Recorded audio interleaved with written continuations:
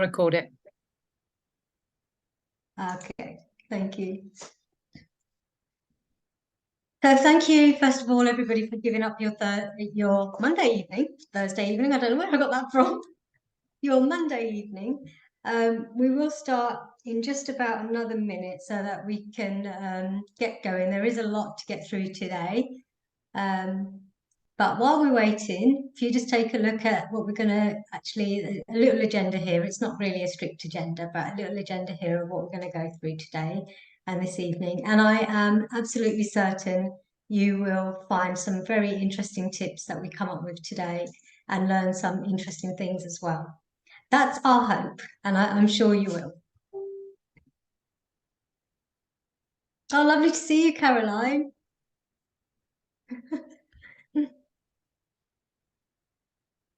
Hello, indeed. Hi. Wouldn't have missed it for the world. Thank you. Anne, who I just met the other day, you're on. Fabulous to see you. I can't see everybody because my screen is a little bit minified, but I don't even know that's a word, but I can see some people. Tonya, pleased to see you. Michelle, lovely. I think the majority of people are on, so we'll make a start. So, as I said, we are recording, so if you don't want to be on the screen, please turn your screens off. You can always listen to this while you're occupied as well and listen again, so that makes it easier for you to just go through and listen to the webinar again.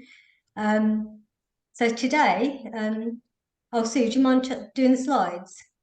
Can you not move them on? No. You must be able to, because I can't move them on. They're your slides.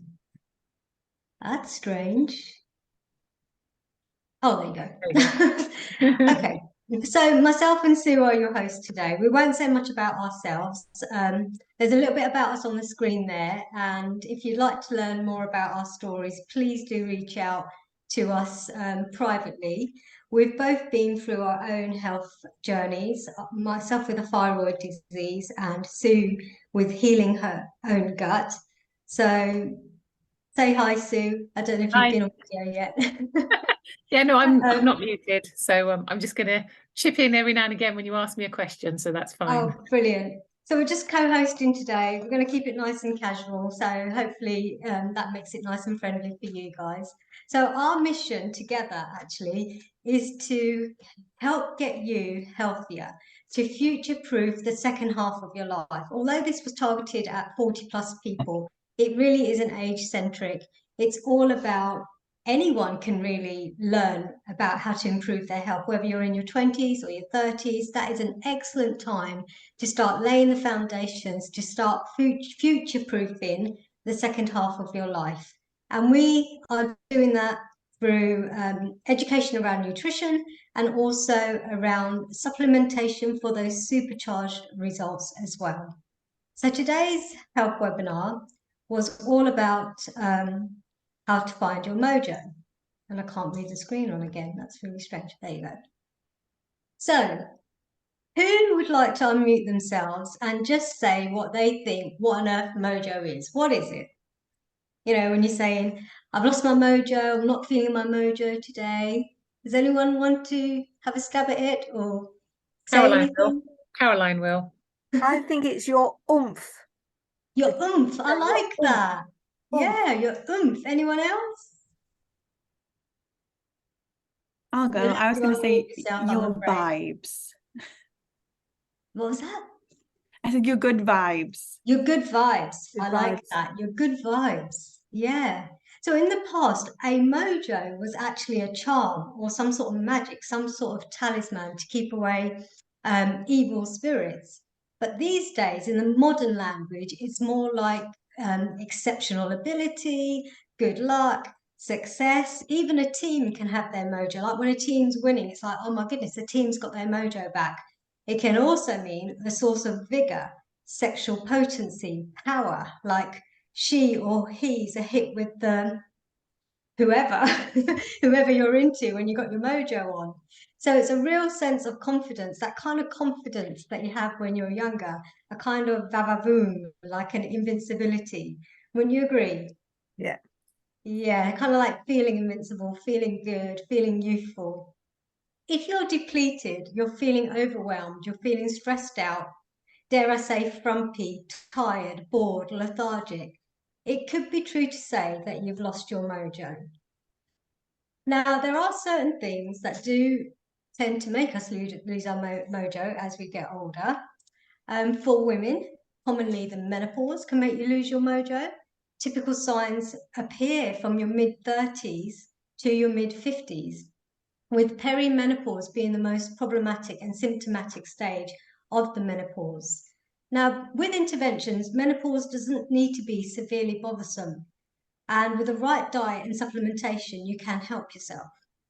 But the rapid decline in hormone is very real, and for some women, it causes immense muscle aches, joint pain, mood swings, anything from a raging temper to sobbing for no reason, midriff weight gain, unwanted weight gain, things going south, skin drying out, itchy skin, dry eyes, dry other places, depression, lack of confidence, even to the point of wanting to give up their work and careers. And sadly, recently we've even heard of people who've wanted to give up altogether, which is awful.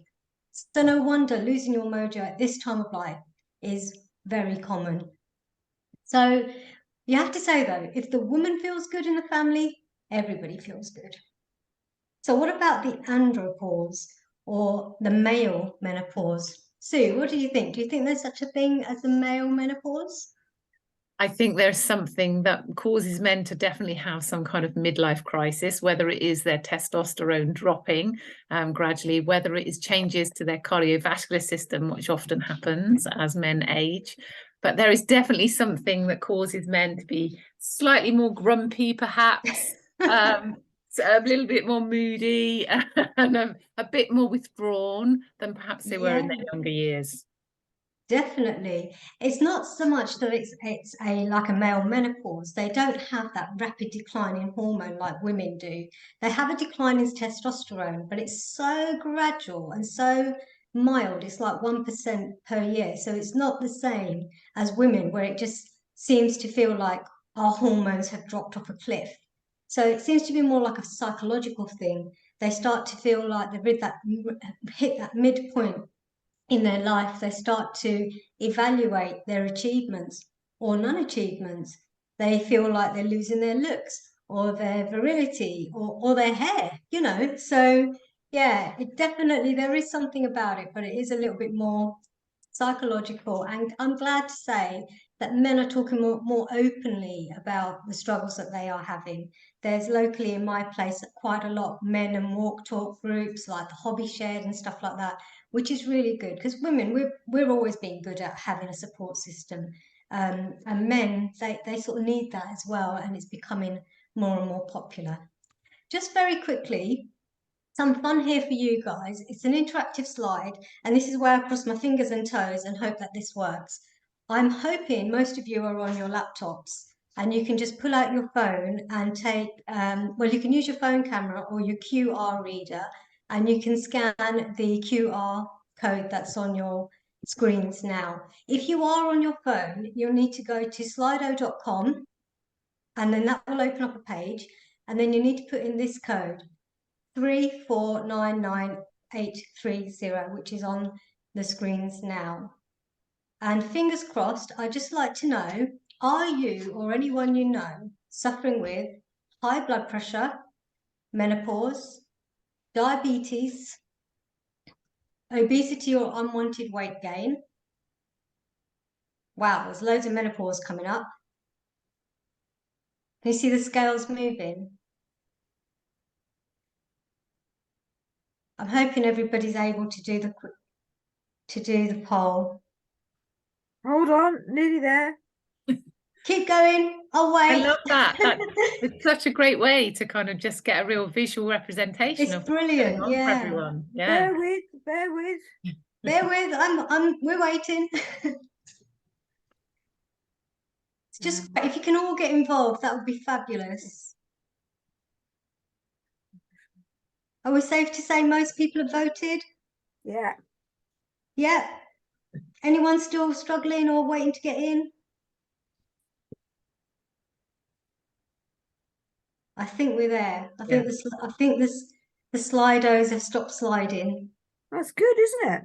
It is good. Yeah, it's Yes. good. So we can all see that 82% of you on this call are suffering from a hormonal issue, whether that be menopause or some other hormonal issue like PCOS or infertility. The next highest is blood pressure.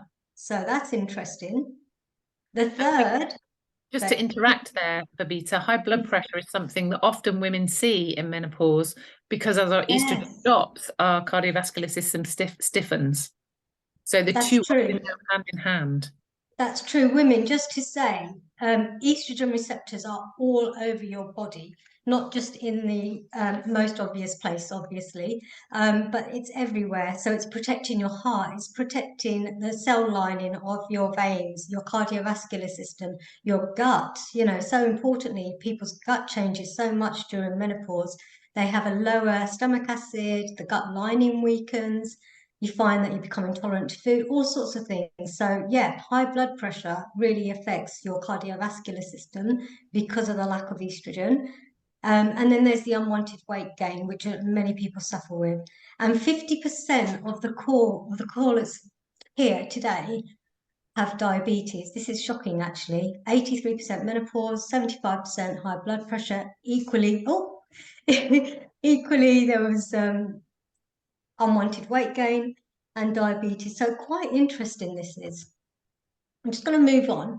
Just very quickly, with diabetes, the cost of diabetes now is costing the NHS 25,000 every minute. Sue, I think you had a stat on how many are diagnosed every day. Yes, 700 people are diagnosed in the UK alone with type 2 diabetes every day, which is a staggering amount. It is a staggering amount. It really is. For a disease that can be kept under control and even reversed, it is staggering. So I don't know if you all know, but Diabetes UK recently announced that the UK are at a record high. 5 million people are living with diabetes. 90% of them is type 2 diabetes, and that is a reversible disease with the right interventions. So why is this? Some of these stats here are very shocking, really, because diabetes, it puts you at risk of serious health problems. Obviously, your cardiovascular system is very much compromised, cardiovascular plaques, loss of feeling in toes, legs, feet, even loss of losing them, loss of vision, even blindness. In fact, I went to my office 2 weeks ago. I'm predominantly working from home, but I had a colleague virtually near tears, telling me that her husband is risking losing his toes because of diabetes, and she was really distressed about it. So why is this happening? Why is diabetes on the rise, cardiovascular disease on the rise, blood pressure all on the rise? Well, it has a lot to do with what we're eating, or what the majority of the population are eating. It's hugely impacted by the types of foods we are consuming in a level that has never been consumed before. And the types of food we're talking about is convenience foods or processed foods, food thingies, I like to call them.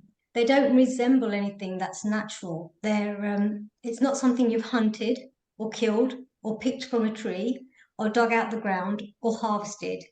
It comes in a packet, or it comes in a box or some packaging. For instance, examples, an orange is suddenly orange juice, the most unhealthiest drink you could ever possibly drink.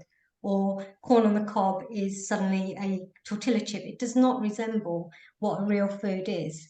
And predominantly, these over-processed foods are high in sugar, high in saturated fats, high in trans fats. Now, you might think, oh, we don't use trans fats, but actually, the food companies do not need to list trans fats if they are less than 5% of the ingredients. So they are there. Hidden sugars, hidden bad fats are actually compromising your system. So, what might this look like on a daily basis? Well, it might look like for breakfast, you have a cereal, bagel, breakfast bar. All of them are packaged with sugar. And then you take an orange juice, or maybe it's a fruit smoothie, also very high in sugar, or a strong coffee with 2 sugars. Later on in the day, 11sies, you need perking up. because you've had all that sugar. So now you've hit your rock bottom, your knee perking up again, and it's a cup of tea, maybe with a couple of sugars, and maybe another breakfast bar or some biscuits.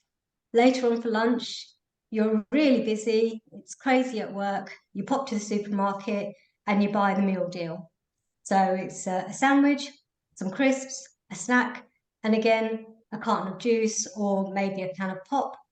And then you get home and you're completely whacked and you feel like crap. You don't know why, but you feel awful. You do know that you're too tired to even cook or think about cooking. So who do you call? Is it Deliveroo? Is it Uber Eats? Just Eat? It doesn't matter. Your fast food arrives in about the same time it will probably have taken you to cook a really nice, nutritious stir-fry meal, but you didn't have the energy to prepare for it. So you're sat there with your favourite takeaway meal, again, cooked in poor quality fats, or you're sat there with a food thingy that you've nuked in the microwave. And maybe there's another glass of wine or some other drink which might have sugar in it as well. So that's typically what, not everybody, but some people's diets look like. Or even if it's like that some of the time. By the end of that day, you've probably eaten 3, 4, 5 times your recommended amount of sugar. So your recommended amount is 30 grams. This is by the World Health Organization. That's roughly 7 teaspoons. So you get that in a glass of Coke. 2 slices of bread is a teaspoon. Special K cereal has 4 grams of sugar in it per serving. And here's an experiment. You should actually tip out what the box says a serving is and take a look at it and ask yourself, is that really going to satisfy you? Because they're very clever, these food companies. A serving is tiny. So don't be fooled by clever marketing. If it says organic on it, natural, date sugar, coconut sugar, it's still sugar, molasses. And then there's beige food. What is that? It's a food that's not pure fat and it's also not pure protein. So it's still a carbohydrate. Whether that be a savory or sweet carbohydrate, your body only sees it as sugar. So misleading marketing is very confusing for a lot of people. What you think you are eating as a health product or some healthily branded thing, you could be unknowingly making your symptoms worse without knowing about it. So, and you don't need to be a diabetic or pre-diabetic to be feeling the effects of that. In actual fact, there's only 10 companies that control the plethora of food that is out there. And do you think that these companies are actually interested in your personal health? These companies are creating foods that are highly addictive, and that's not by any accident. Billions of pounds go into creating that bliss point, that fatty, salty bliss point, all merged together is very highly satisfying to the brain's dopamine center. So it's not your fault that you're addicted to them. A poor diet means a lifestyle high in these things and an overload of beige foods or sugar-laden drinks. So the question is, are these same foods then contributing to those other health issues that we saw in the Slido just earlier? Absolutely they are. So let's just quickly look at high blood pressure. Almost half of UK adults are suffering from raised cholesterol and 1 in 3 have high blood pressure.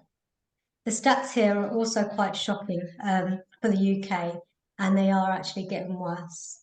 So what is actually causing this? Well, in a similar vein, in a short webinar, we can't go into all the sort of nooks and crannies of exactly what's going on in the body, but basically, in a nutshell, the extra glucose from a high starch or high carbohydrate diet is converted by your liver into triglycerides. And that is a type of sticky fat that is narrowing arteries and leading to cardiovascular diseases, including high blood pressure. So the narrower the artery gets, like this picture shows, the more the blood has to force through to get through different parts of your body. And therefore, the heart and liver are closely connected. And people always ask, well, what's a good diet for your brain? What's a good diet for menopause? What's a good diet for heart disease and all these different things? But in actual fact, your body does not, your body's organs don't work in isolation of each other. Whatever's good for the liver, the brain, the lungs, kidneys, and intestines is good for all of those things together. So a good diet will help you support yourself and stop the risks of obesity, diabetes, high blood pressure, and high cholesterol. Your heart is amazing. Your wonderful, beautiful heart pumps 7,600 litres of blood throughout your body every day at great speed. It only takes the heart 6 seconds to deliver from your heart to your lung and back, and only 8 seconds to deliver from your heart to your brain and back. It is a phenomenal organ working and definitely worth protecting. Commonly, if you're overweight, you are more at risk at cardiovascular complications. Interestingly, if you're carrying an extra 10 pounds of fat on your body, your heart, that fat also needs blood supply. So it actually creates a further 2,000 to 4,000 miles of extra vessels that the blood circulatory system has to go through. Imagine that, that's huge. 2,000 to 4,000 miles of extra circulation sort of going on because of having to feed the fat cells. So it's no surprise then that losing weight definitely reduces stress on the heart, so it doesn't have to travel that many miles of vessels. Did you also know that for women who are overweight or who have diabetes or a compromised liver, they also experience the worst menopausal symptoms, and frustratingly, they also can experience resistance to weight loss. No matter what they do, they cannot seem to lose weight. But today we're going to provide you some solutions that helps resolve these problems in a very specific way. So some of those solutions that can heal high blood pressure, diabetes, and menopause symptoms as well include, first and foremost, to reduce as much as you can those sugar spikes. So reducing the glucose spikes. So that means concentrating less on carbohydrates and sugars and concentrating more on real good, proper quality protein, and especially vegetables. They should be like the star of your plate always. So to do that, you need to remove the refined processed foods from your diet. They're high in sugars, like we said, and saturated fats. Limit the amount of alcohol, another source of, well, unwanted sugars really. Gluten as well, especially for perimenopausal women, just cutting down the gluten or removing it altogether will really help to heal your gut, which is already becoming compromised because of lack of estrogen. And the same with dairy. Just experiment with yourselves. Do your own self-experiment and see, do these things affect you? You know, start making a food diary of how you feel, like 30 minutes, 1 hour, 3 hours after eating these things. And also take regular low to high pace exercise, nothing too crazy, but something that's going to keep you out of puff for a little while, and also try to do it in like intervals to help yourself build up stamina. With nutrition, you want to be eating dark leafy greens as much as you can with every meal, including breakfast if you can. You want to support your liver because that will balance your energy production. You want to be swapping your cereals and bread for good quality protein breakfast and replacing those unhealthy fats with really good high quality omega-3s like olive oil, avocado, nuts, and seeds.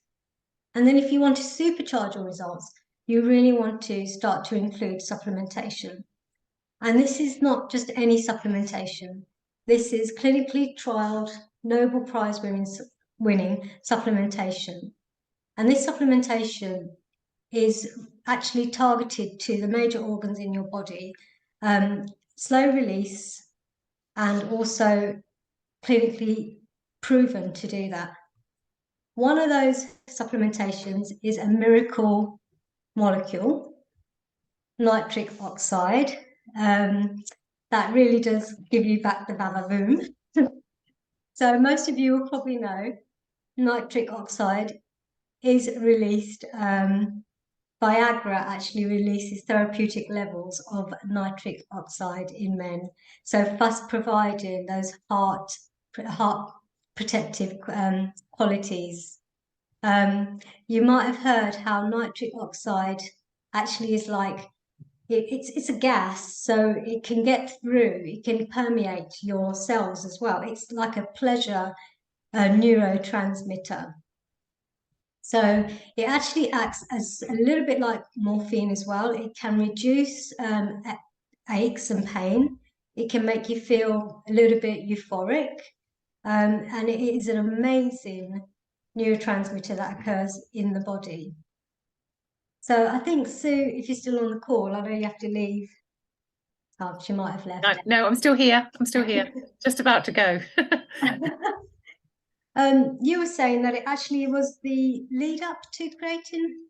Yeah, so the pro-arginine supplement that we will talk Yeah. about, you'll talk about in a minute, was based on the ingredients and the makeup of pro-arginine was used as for Viagra, basically. That's how it was devised originally, this supplementation. But obviously they realized then that it was so beneficial to the cardiovascular system as well, that it kind of moved beyond just Viagra. But yeah, Viagra has its basis in the menu, if you like, the ingredients list that are in the pro-arginine supplement. Definitely. But you can see that improved healthy blood flow brings nutrients to all of your cells. It actually carries those nutrients to your organs, to your cells. And it takes away at the same time all of the waste products. We could talk forever about the life-enhancing properties of nitric oxide, but basically it is so powerful in releasing cardiovascular plaques. It actually turns your circulatory system on with these special chemicals released in your body that promote really good nervous system, and it just makes you feel better. It really is like the feel-good neurotransmitter. Unfortunately, as we get older, the production of it does dwindle quite a bit, which means that instead of having those productive properties